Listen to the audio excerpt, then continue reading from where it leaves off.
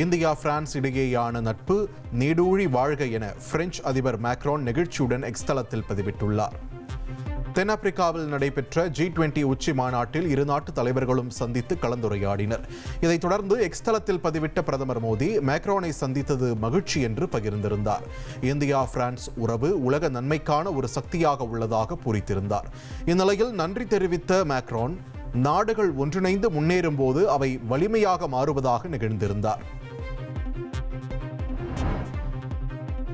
பிரேசிலின் முன்னாள் அதிபர் ஹெய்ர் போல்சனாரோவை காவல்துறை கைது செய்துள்ள நிலையில் அவரது ஆதரவாளர்கள் ஒன்று கூடினர்.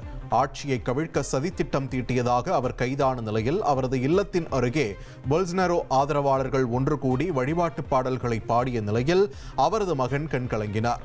அதே சமயம் போல்சனாரோ எதிர்ப்பாளர்கள் அவர் கைது செய்யப்பட்டதை கொண்டாடி தீர்த்தனர். இனி செல்லும் இடமெல்லாம் செய்தி. தந்தி டிவியின் வாட்ஸ்அப் சேனலை ஃபாலோ பண்ணினா செல்ல இருக்கும் இடமெல்லாம் செய்தி. இதோ QR கோட் இப்பவே ஸ்கேன் பண்ணுங்க, ஃபாலோ பண்ணுங்க.